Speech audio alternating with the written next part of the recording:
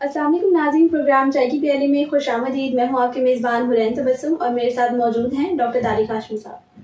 السلام علیکم سر، آج میں Lahore university of management sciences کے حوالے سے بات کرنا چاہوں گی۔ میری مراد لم سے ہے۔ سر، اس جامعے کا جو شمار ہے وہ ہمارے معروف اور ممتاز ترین اداروں میں ہوتا ہے۔ تو سر، گزشتہ دنوں ہم دیکھتے ہیں کہ اس ادارے میں، اس جامعے میں ہمارے نگران وزیر اعظم تشریف لائے اور طلباء کے ساتھ ان کی ایک سوال و جواب کی نشست ہوئی۔ اس نشست میں طلباء کی جانب سے بڑے تند و تیز سوالات کیے گئے، اور وہ سوالات کیا ہیں یہ ہم سب جانتے ہیں۔ تو سر، سوشل میڈیا پہ ان سوالات پہ بڑی بحث جاری ہے، مزاحمت بھی جاری ہے، مذمت بھی ہو رہی ہے۔ تو بڑا ایک جو ہے نا وہ ایک ہمیں نظر آتا ہے کہ بڑی ایک دھوم مچی ہوئی ہے اس حوالے سے۔ تو سر، میں آپ سے یہ جاننا چاہوں گی کہ آپ اس سارے واقعے کو کیسے دیکھتے ہیں؟ اور پھر سر، ایک اور پہلو ہے جس پہ میں چاہوں گی کہ آپ بات کریں، گفتگو کریں کہ ہمارے جو تعلیمی ادارے ہیں ان میں جب ہمارے اہل سیاست جو ہے وہ تشریف لاتے ہیں تو ان کا ایک بڑا ایک مخصوص انداز گفتگو ہوتا ہے۔ تو سر، میں چاہوں گی کہ اس پہ بھی آپ تھوڑی سی روشنی ڈالیں کہ ہمارے اس تعلیمی اداروں میں سیاسی رہنما کی آمد جو ہے وہ اس کو آپ کیسے دیکھتے ہیں؟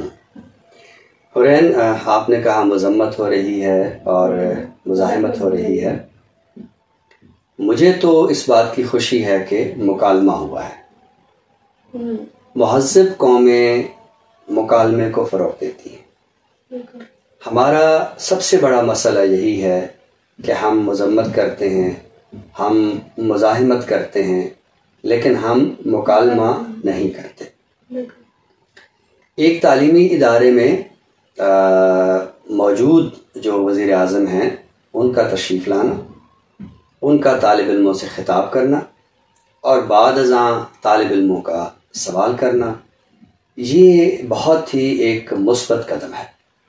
میرا خیال ہے کہ اہل علم کو، اہل دانش کو اس واقعے کو سراہنا چاہیے، اس کی تعریف کرنی چاہیے، اور ہمیں اپنے ذہنوں سے یہ جو ہم نے بعض باتیں بٹھا لی ہیں نا، کہ کوئی بھی بات ہوتی ہے تو ہم یہ سوچتے ہیں کہ یہ جو فلاں شخص نے بات کی ہے تو اس کا تعلق کس مسلک سے ہے، کس فرقے سے ہے، کس قوم سے ہے، کس علاقے سے ہے، کس سیاسی پارٹی سے ہے۔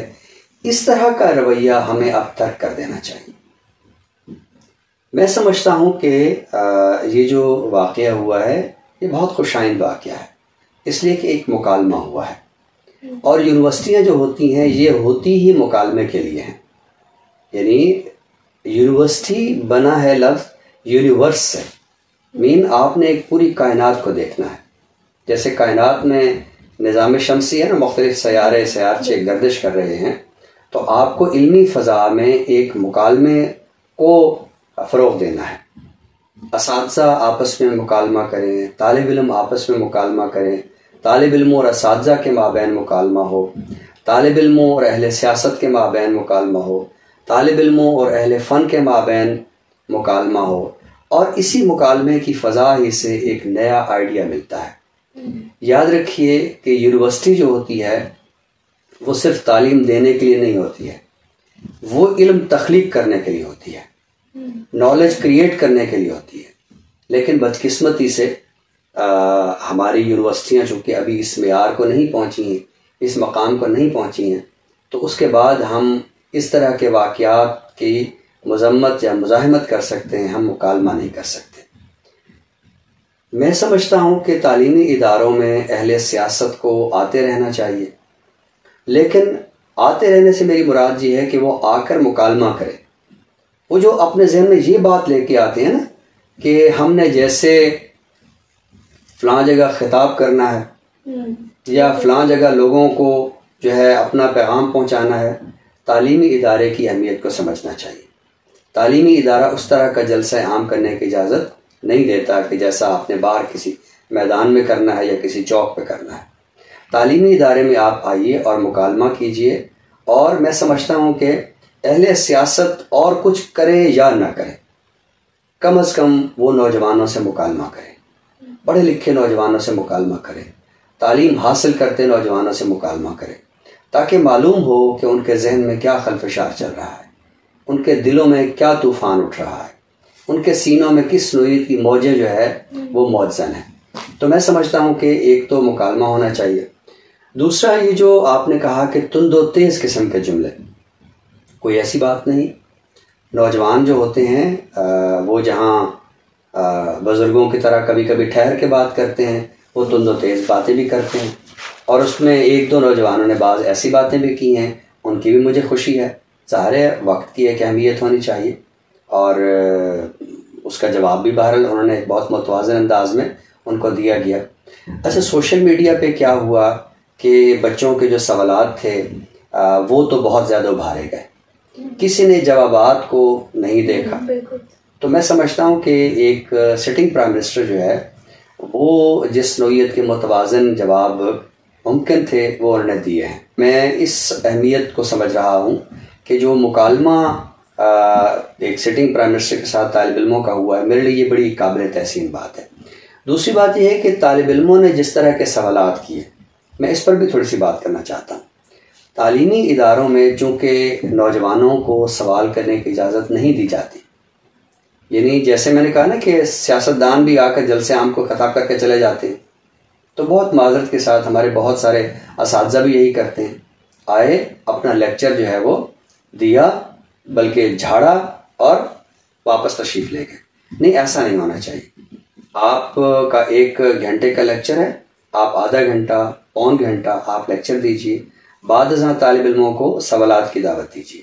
ہمارے ہاں سوال پوچھنے کی روایت، استفسار کرنے کی جو روایت ہے وہ نہیں ہے، تو اس مکالمے کو فروغ دینا چاہیے. دوسری بات یہ ہے کہ چونکہ یہ پہلی بار اس طرح کا نمایاں ایک واقعہ ہوا، تو شاید طالب علموں کی بھی ایک تربیت نہیں تھی کہ وہ کس نوعیت کے سوالات کریں. یعنی وہ ان کے جو سوالات تھے وہ جہاں اچھے تھے، وہاں ان کی جو ذہنی سطح ہے وہ بھی معلوم ہوئی ہے. یعنی مثلاً طالب علموں کا سوال کرنا چاہیے کہ سر، پاکستان کی جو خارجہ پالیسی ہے وہ کیا ہے؟ پاکستان کے جو اس وقت ہمسایہ ممالک کے ساتھ تعلقات ہیں، تو ان کی نوعیت آپ کیا سمجھتے ہیں، انہیں کیسا ہونا چاہیے؟ جو اس وقت ملک کی معیشت کی صورتحال جا رہی ہے، آپ کے ذہن میں کیا پلان ہے کہ آپ اس کو کیسے بہتر بنائیں گے؟ ٹھیک ہے، ملک میں جو ادب ہے، فن ہے، اس کے فروغ کے لیے آپ کے ذہن میں کیا منصوبہ بندی ہے؟ تو اس نوعیت کے سوالات بھی بہرحال ایک تعلیمی ادارہ جس کا کہ اتنا بڑا نام ہے، وہ سوالات بھی سامنے آنے چاہیے تھے. لیکن بہرحال یہ چونکہ پہلی بار ایک نمایاں واقعہ ہے، اس پہ جس طرح کے بھی سوالات ہوئے ہیں، جیسے بھی جوابات آئے ہیں، حرین میرے لیے تو یہ خوشی کی بات ہے کہ مکالمہ ہوا ہے، گفتگو ہوئی ہے. اور جب تک کہ گفتگو نہیں ہوتی تو پھر مذمت اور مزاحمت اور توڑ پھوڑ اور جلاؤ گھراؤ اور غصہ اور نفرت اور بغض اور کینہ اور عناد اور پتہ نہیں کیا کیا، اور جتنے الفاظ میرے منہ میں آ سکتے تھے میں نے بول دی ہیں. لیکن جتنے بھی باہر یہ رویہ ہوتے ہیں یہ منفی رویہ ہوتے ہیں. تو میں سمجھتا ہوں کہ ایک مہذب قوم کی طرح ہم نے ثبوت دیا ہے. تعلیمی ادارے میں ایک موجودہ حکمران تشریف لایا، ان کے ساتھ بچوں نے مکالمہ کیا، سوالات جو ہے وہ تند و تیز بھی تھے. نوجوان تند و تیز سوالات ہی کرتے ہیں اور ان کو کرتے رہنے چاہیے. تو اور ایک سیاستدان کو متوازن جوابات جو ہے وہ بھی دیتے رہنے چاہیے. مکالمہ ہوا ہے، میرے لیے تو یہی خوشی کی بات ہے. بالکل سر، میرا جو سوال تھا وہ بڑا ایک سماجی نوعیت کے پر مبنی تھا، لیکن آپ نے بڑے خوبصورت انداز میں تہذیبی اور علمی لحاظ سے بھی بات کی، اور بڑا ایک اہم پہلو آپ نے سامنے رکھا، وہ ہے مکالمہ. تو مکالمے کی روایت کو فروغ دینا واقعی بہت زیادہ اہم ہو چکا ہے. ناظرین، پروگرام کے اگلے حصے کی جانب بڑھتے ہیں، یعنی تخلیق کی جانب. آج ہم بات کرنے والے ہیں خورشید ربانی کے حوالے سے. ڈیرہ اسماعیل خان سے آپ کا تعلق ہے، معروف شاعر، صحافی، تدوینکار اور کالم نگار بھی ہیں. آپ کے شعری مجموعوں میں رخت خواب، کف ملال، پھول کھلا ہے کھڑکی میں، خیال تازہ، اور اس کے علاوہ تحقیق و تدوین کے حوالے سے بھی آپ کی چند کتب منظر عام پر آ چکی ہیں. تو سر، آج ان کے حوالے سے کیا عطا کرنے والے ہیں؟ آپ نے ان کے شعری مجموعے پھول کھلا ہے کھڑکی میں اس کا ذکر کیا، تو اس سے میں نے ایک غزل منتخب کی ہے، تو اپنے سامعین کی نظر کرتے ہیں.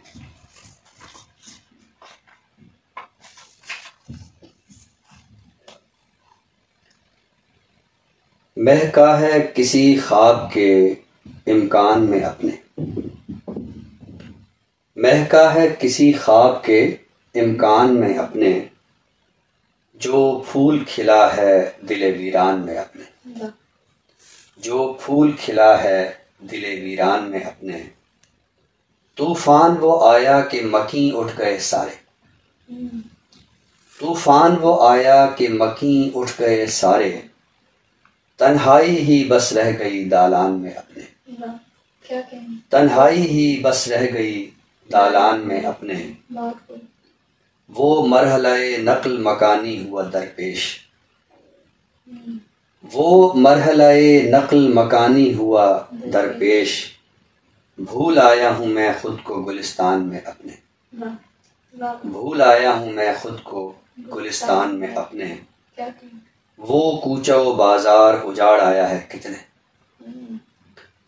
وہ کوچہ و بازار اجاڑ آیا ہے کتنے، سیلاب نے کب جھانکا گریبان میں اپنے، سیلاب نے کب جھانکا گریبان میں اپنے، آیا بھی رفو گر تو رفو کر نہیں پایا، آیا بھی رفو گر تو رفو کر نہیں پایا، کچھ زخم تھے ایسے بھی دل و جان میں اپنے، کچھ زخم تھے ایسے بھی دل و جان میں اپنے، مہکا ہے کسی خواب کے امکان میں اپنے، جو پھول کھلا ہے دل ویران میں اپنے۔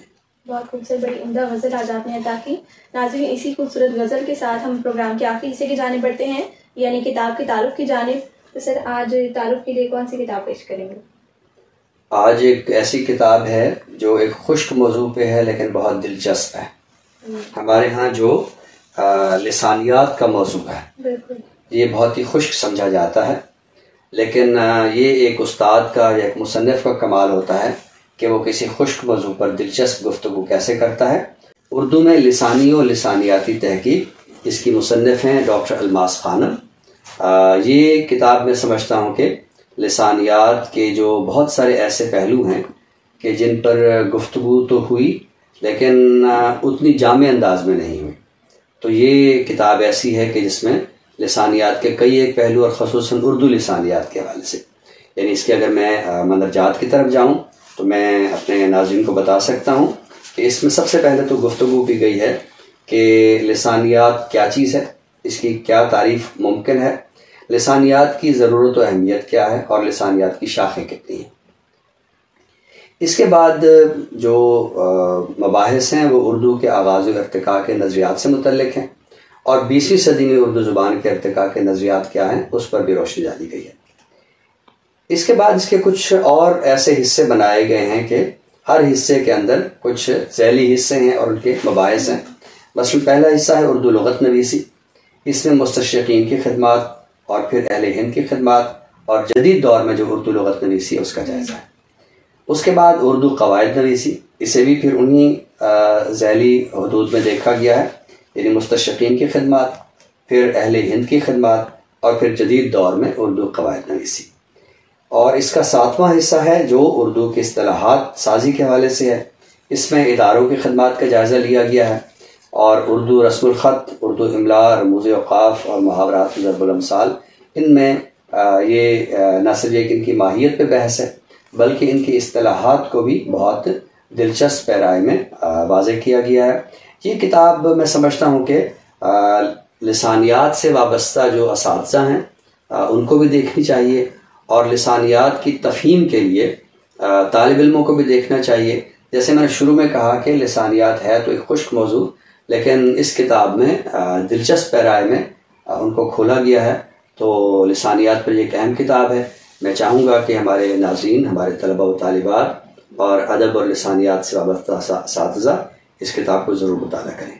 بہت خوبصورت، لسانی حوالے سے بہت ہی اہم اور منفرد کتاب کا تعارف آج آپ نے پیش کیا۔ اسی کے ساتھ ہی ناظرین، ہم آپ سے اجازت چاہیں گے، نئے موضوع کے ساتھ انشاءاللہ آپ کی خدمت میں دوبارہ حاضر ہوں گے۔ تب تک کے لیے اپنی میزبان حرین تبسم، ہمارے تکنیکی معاون بلال رزاق اور ڈاکٹر طارق ہاشمی صاحب کو دیجیے اجازت۔ اللہ حافظ۔ اللہ حافظ۔